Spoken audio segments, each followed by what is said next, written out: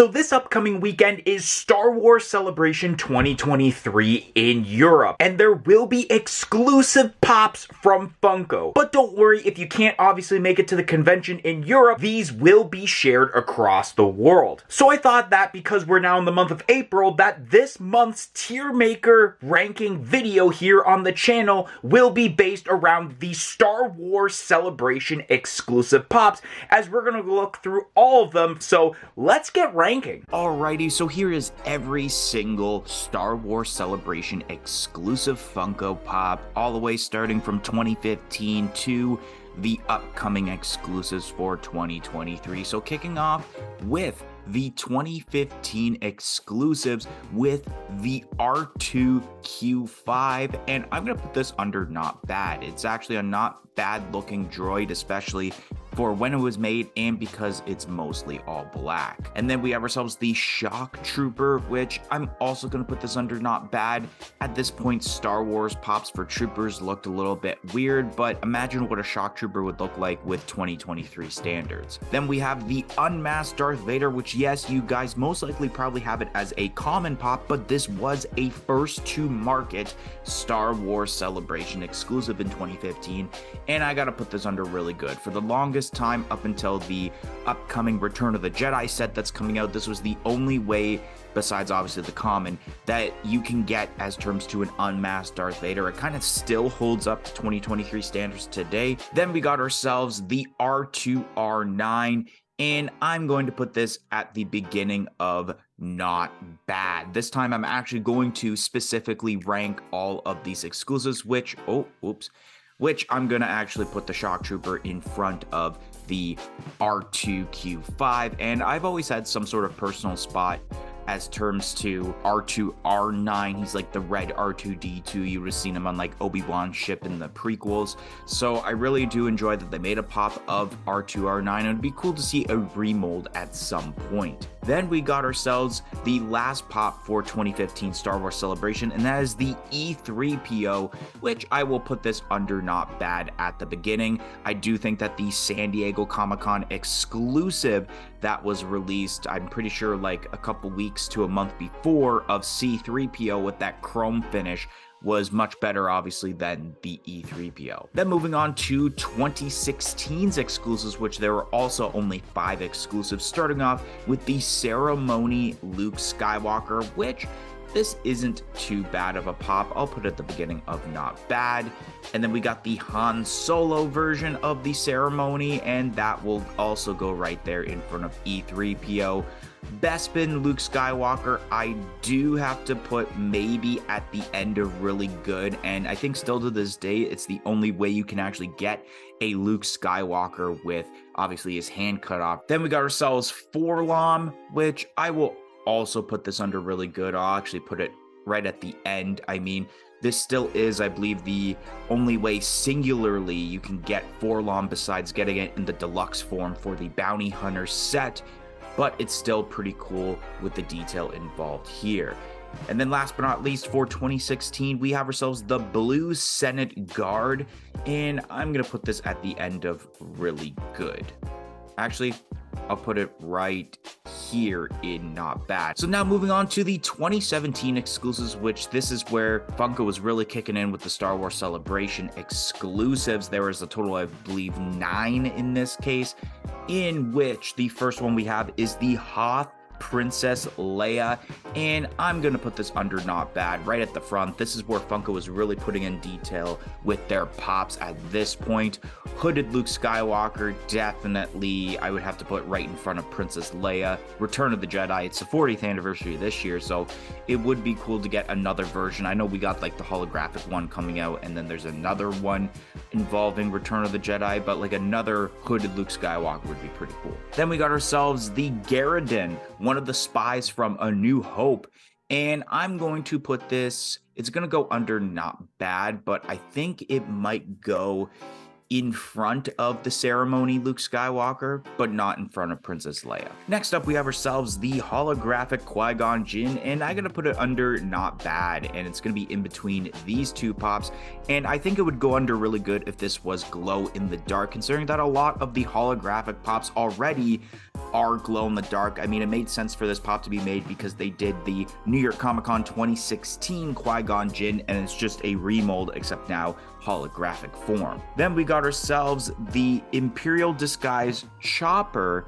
and I'm going to put this probably near the end of not bad. I do like the normal Chopper much better, where it's obviously orange, but it definitely makes sense for the Rebel series to have this version of Chopper. Then we got ourselves the Han Solo in action pose, and this one I definitely have to put in front of the Princess Leia. This is definitely a huge upgrade compared to that OG version of Han Solo. This is a huge example of mentioning about how Funko really updated the molding and detail of their pops around this time in 2017. Then we got ourselves the Grand Admiral Thrawn from Rebels, and I gotta put this right at the beginning of not bad. I mean, it was really cool to see this character be popified. The red eyes do pop out really well with the blue skin, and I mean, it's in a simplistic pose, but it's still really cool that this pop was made. Then we got ourselves the 442nd Clone Trooper, say that 10 times fast, and I'm going to put this, where am I putting this? I'll put it in front of the Shock Trooper. It's a little bit better in terms of detail, but Troopers still weren't that detailed in pop form around this time. Then we got ourselves the Rey on Speeder from The Force Awakens. And I gotta put this somewhere not bad. It's just, where am I going to put this under not bad? Maybe in between Garridan and Luke Skywalker. I didn't want to put it in front of Garridan because Garridan was a pretty obscure character that I feel like a lot of people didn't think was going to be made into a pop, so it's cool they did. And it's a bit more detailed than obviously the 2016 and some of the 2015 pops around this time also. So I thought that was really cool. And I think it was like one of the first Rey pops announced by Funko for Star Wars. And now here we go. We are now in 2019. This was a pretty lackluster year, and you can definitely tell why this was a lackluster year, because this is the year of the Chrome pops, besides two of them for 2019 Star Wars Celebration. Obviously, we know exactly where this is going to be placed, and it's going under clearance. Now, I do think the gold ones are a bit better than the blue ones, so I'm gonna have to rank these in like whatever I feel the characters are as terms to my favorites. So boom, we do that. Darth Vader's gotta kick off, and you know what, just because it's Darth Vader, I will keep them side by side instead of doing kind of this dealio where I'm just gonna put the blue ones near the end, and then the Stormtrooper, see, they use that weird Stormtrooper mold. Actually, no, I'm going to put that one there. The gold one I will put right here. And Boba Fett still looked pretty decent. I'm going to put Boba Fett probably... yeah, I'll put it in front of Yoda.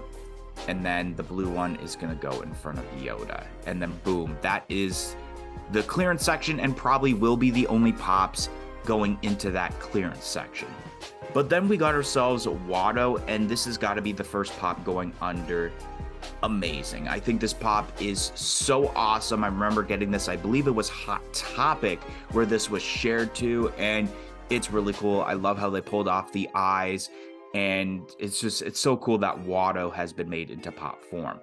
And then we got ourselves Darth Maul, and I gotta put this under really good. I don't think it's entirely amazing, but it is a really cool mold. I believe this was like the first newer mold of Darth Maul we got since those OG molds. So this was kind of a groundbreaking mold to kick off more different molds of Darth Maul down the line, whether it is for the Red Saber series set or even the Clone Wars version of him that they made not too long ago. And then we move on to 2020's Star Wars Celebration exclusives, which this was a huge upgrade compared to 2019.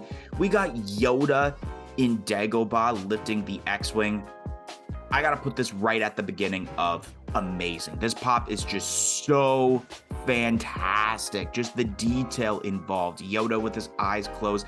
And they even added the water that's kind of pouring out of the X-Wing as it's leaving the water as more of a base to it, which is such a smart idea when Funko does this with certain pops. So I love how they did that here with this Yoda lesson in the Force pop moments, or well, it's a moments, yeah, not a rods. And then we got ourselves the concept series pops, which first off we have ourselves Star Killer, which I believe was the first concept of Luke Skywalker.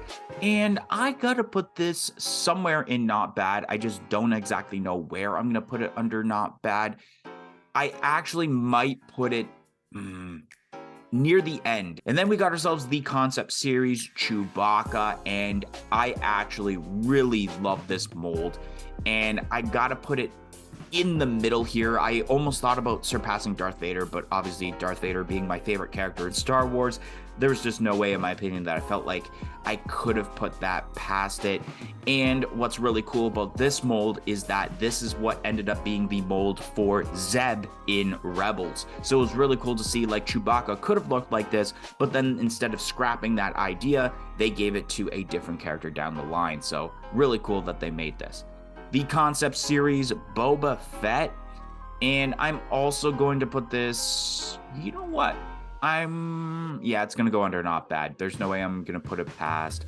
I'll actually put it in front of the Garridan. I like it better than the Garridan. The concept series Darth Vader, and I gotta put this under really good. I actually like this, but it's a matter of where I'm putting it. Maybe no, I'm gonna put it in front of Forlom. There's no, you know what? Yeah, I'll put it in front of the Luke Skywalker. I mean, the Luke Skywalker is cool, but it's not entirely cool. Like, this would have been a pop that if they would have made it in 2023 standards, it probably wouldn't have had that Darth Vader pass it. But because it was 2016, updated mold and standards at this time of 2020, it had to surpass it. It's still a cool looking Darth Vader, almost very similar to what we see today. Then we have the 10-inch Stormtrooper, and I'm going to put this under not bad, and I'm actually going to put it like right here.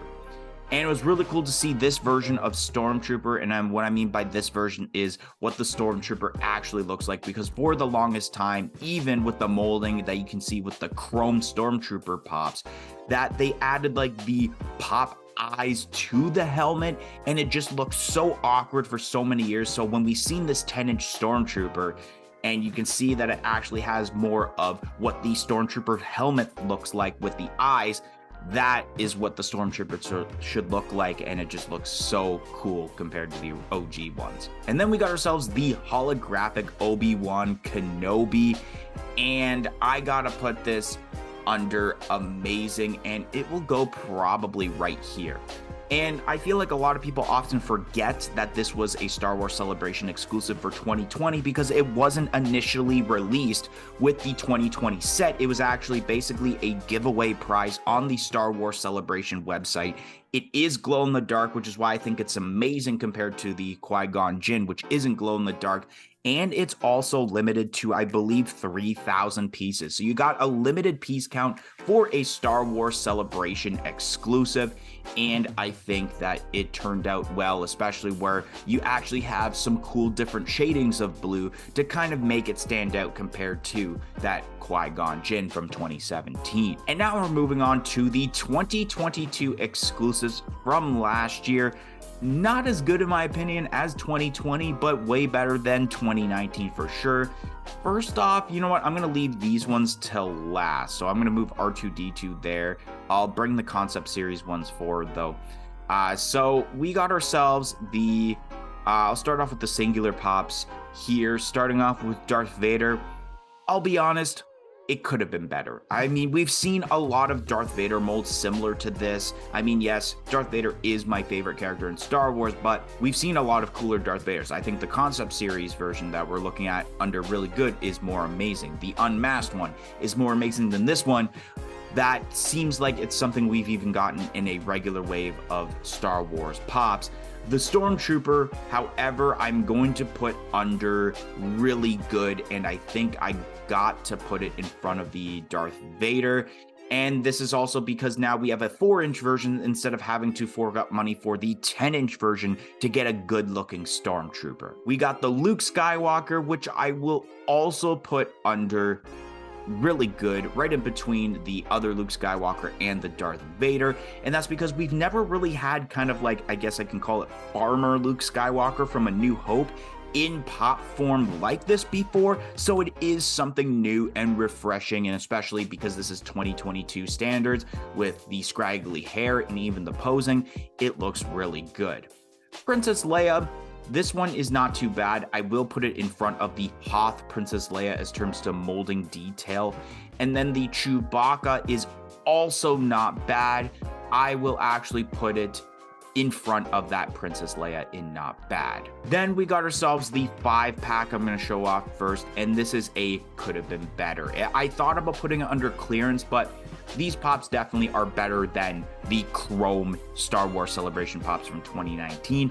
It's just, it could have been better by either just not making this multi-pack and just doing the singulars, or you do this as the only thing and there's no singulars, or you could have made multiple multi-packs, or maybe half of the figures maybe are the singular ones that we see, but adding other different characters. Like, why is Darth Vader and Stormtrooper with Luke Skywalker, Princess Leia, and Chewbacca when it could have been Han Solo and then another person as a part of the Rebel Alliance? Then we got ourselves the Lando Calrissian with the Millennium Falcon, and I think I gotta put this maybe like way low right here, and it's not too bad. Yes, it makes sense because Lando Calrissian was the previous owner of the Millennium Falcon at one point. It was mentioned in, I believe, Empire Strikes Back, and they did show it in the Solo movie. But if you are going to get a Millennium Falcon pop rides, you most likely want the one that was an Amazon exclusive with Han Solo. Then we have the concept series pops announced for this year, or was released for that year, shared with the Disney shop, and the Darth Vader is very similar to the other one, but I like the older one from 2020 better than the 2022 one. And then the R2-D2 and C-3PO I will put under could have been better because you can easily just get these singular pops, both of them together, for much cheaper. And then we got ourselves Diamond Collection pops right here of R2-D2 and Grogu. One of the first pops that was actually called Grogu instead of either the child or Baby Yoda. I'm going to put these at the end of not bad. And the reason I'm putting that instead of could have been better is because at least with these pops, compared to the ones we just talked about for 2022, they do give off a feel of them being a Comic-Con exclusive. And now, last but not least, we have ourselves the 2023 Star Wars Celebration exclusives with the R2-D2 and the R5-D2 or R5-R9. I can't remember the last part of the name, but I know it's R5. R5-D4, I think it is, actually, now as I think about it. 2-pack, and then we have the Jar Jar Binks. And I wish there was more exclusives for Star Wars Celebration this year. And with this 2-pack, I'm going to put it under not bad. And I think I'm going to put it maybe in front of the Lando Calrissian. And I feel this is not bad because, okay, cool, you have a R2-D2 that's a little bit scuffed and dirty. It's a little bit more detailed than the other droids. But then you have R5, which I believe might have never had a pop before, and especially with the recent appearance in The Mandalorian, it makes sense. This is obviously for the scene where Luke is trying to choose his droid.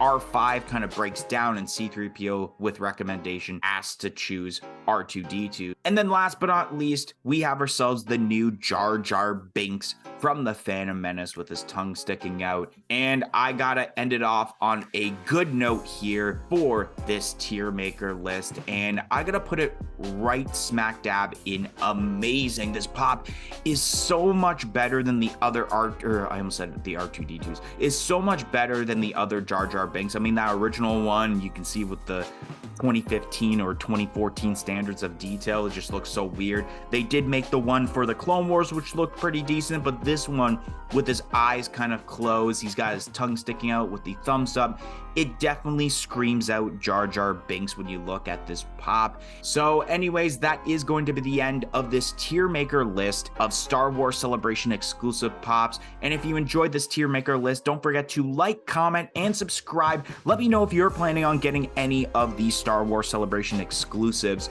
this weekend, and let me know what your favorite Star Wars Celebration exclusive is if you agree or disagree with my tier maker list. But anyways, thank you for watching this video and hope to see you guys next time. 1, 2, 3, I'm out of here.